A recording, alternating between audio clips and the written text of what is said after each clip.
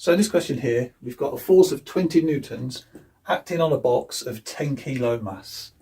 And that force is being acted on at an angle of 40 degrees to the horizontal plane. Now the box is in a state of equilibrium, hence it's on the point of slipping. And what we need to know is what the coefficient of friction would be for this to happen. So first of all, let's draw a forces diagram. So I represent my horizontal plane like this, and then the box, which would be 10 kilo mass, will be represented like that. Okay, so now there's two forces that will be acting on this box straight from the get-go.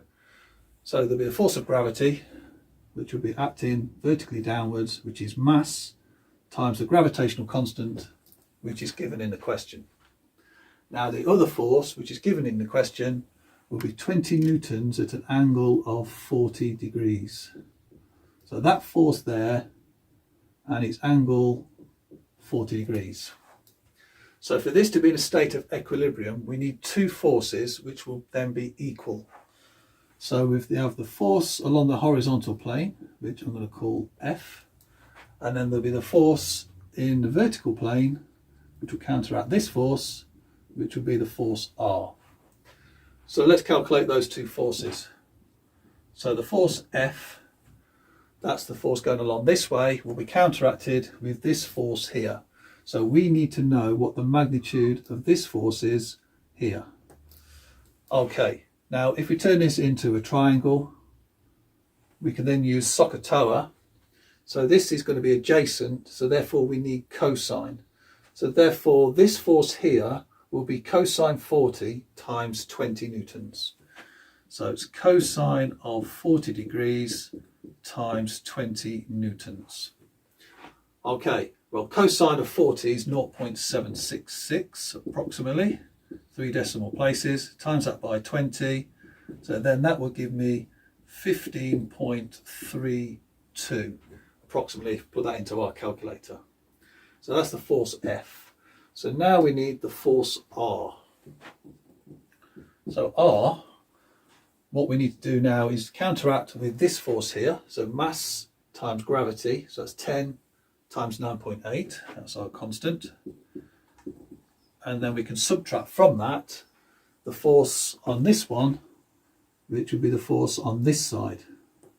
So this side here, from SOHCAHTOA, we know that this is going to be sine. So it's going to be sine of 40 times 20. So sine of 40 degrees times 20 newtons. Okay, now let's put these numbers in our calculator. So we'll get 98 minus sine of 40 times 20 will give us approximately 12.856. So therefore our force R is going to be 85.144. Okay, so now we need to find out what the coefficient of friction is. So now if we use the formula, our force is the same as the coefficient of friction multiplied by R, getting this coefficient of friction on its own. So now mu equals F divided by R.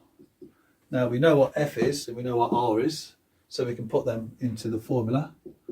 15.32 divided by 85.144. So that will give us a result of approximately 0.18.